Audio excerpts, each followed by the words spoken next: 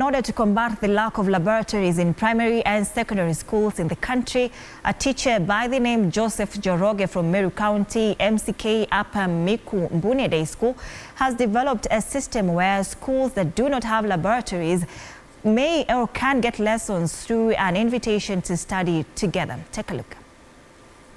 Schools have been asked to share laboratory facilities with the junior secondary schools JSS within their neighborhood. Kenyan government recently introduced a new system of education, the competency-based curriculum CBC, taking over the old system called the knowledge-based curriculum 844. After taking views from Kenyans, the Presidential Working Party on Education recommended that junior secondary schools be domiciled in primary schools to tackle these existing challenges in the education sector. Especially in the new curriculum, a teacher by the name Joseph Njoroge has introduced mobile laboratories to several junior secondary schools which are far away from equipped secondary schools. Now, what we are trying to do today is to show that we can set aside one day when we invite all the schools around, the same idea of the set books. So open your doors for one day for the schools around to come and use your facilities. And have a full day of training. The laboratories are equipped to offer science equipment for practical use to the learners. This project, Kawiru says, has benefited more than 5 neighboring junior secondary schools that are lacking laboratory facilities.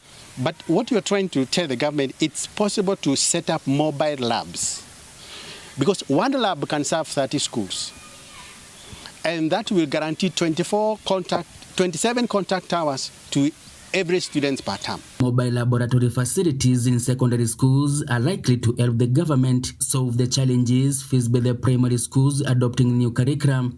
My call to the government is to request them to fund especially the schools, mostly those schools that were given the JSS class. The government has promised to construct 16,000 classrooms to accommodate grade 9 in primary schools in 2025, but the construction is yet to begin with the many schools poorly equipped to handle the extra requirements. Tumekuwa tukiwafunza ndio, tukitumia vitabu, na saa zingine ikizindi pia tunaingia kwenye mitandao.